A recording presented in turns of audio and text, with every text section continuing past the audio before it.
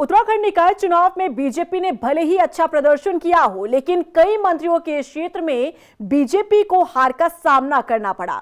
ऐसे में बीजेपी अब उस हार की समीक्षा करेगी। इसी के साथ उन मंत्रियों का आगे सियासी भविष्य भी तय किया जाएगा। देखिए रिपोर्ट। उत्तराखंड बीजेपी की हार पर समीक्षा, पस्त मंत्रियों की परीक्षा, पार्टी करेगी निकाय चुनाव परिणाम पर मंथन, मंत्रियों की बढ़ी टेंशन।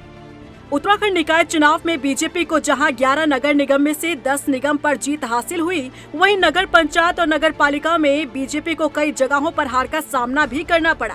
खासकर बात उन सीटों की करें जहां से बीजेपी के हाई प्रोफाइल चेहरे आते हैं, तो उनकी भी समीक्षा होने जा रही है। बीजेपी को सबसे बड़ा नुकसान जिन जिलों में हुआ है, उन जिलों में पौड़ी, चमोली, रुद्रप्रयाग, उत्तरकाशी शामिल है। बात अगर पौड़ी की करें तो पौड़ी जनपद से विधानसभा अध्यक्ष रितु खंडूड़ी भी आती हैं।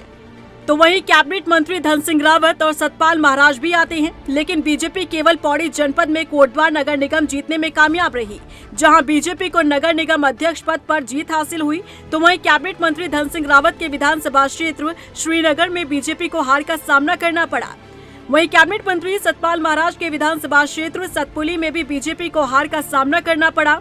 बात अगर कैबिनेट मंत्री सुबोध उनियाल की करें तो उनके विधानसभा क्षेत्र में भी बीजेपी को हार का सामना करना पड़ा है। मुनि की रेती नगर पालिका में बीजेपी को हार का सामना करना पड़ा। गजा नगर पंचायत में भी बीजेपी को हार का सामना करना पड़ा है।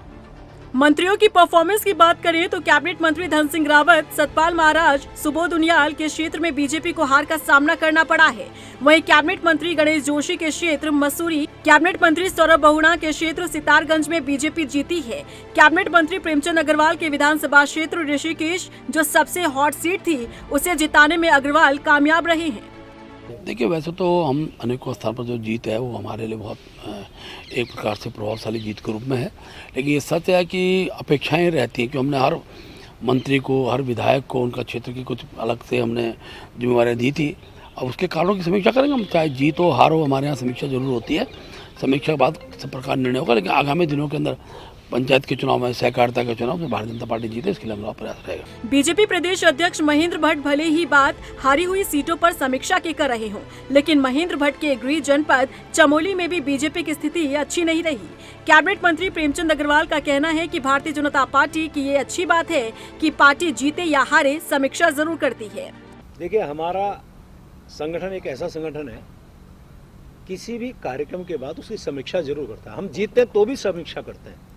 यदि हम सांसद जीते 500 तो भी हम समीक्षा करते हैं, कोई कमी तो नहीं रही, क्या हम इससे और अच्छा कर सकते थे। और यदि हम हारे हैं तो स्वाभाविक रूप से हम उसकी समीक्षा करते हैं।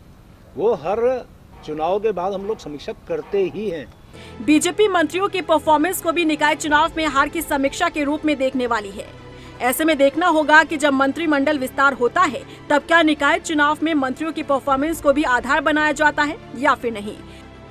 रफ्तार मीडिया के लिए देहरादून से मनीष डंगवाल की रिपोर्ट।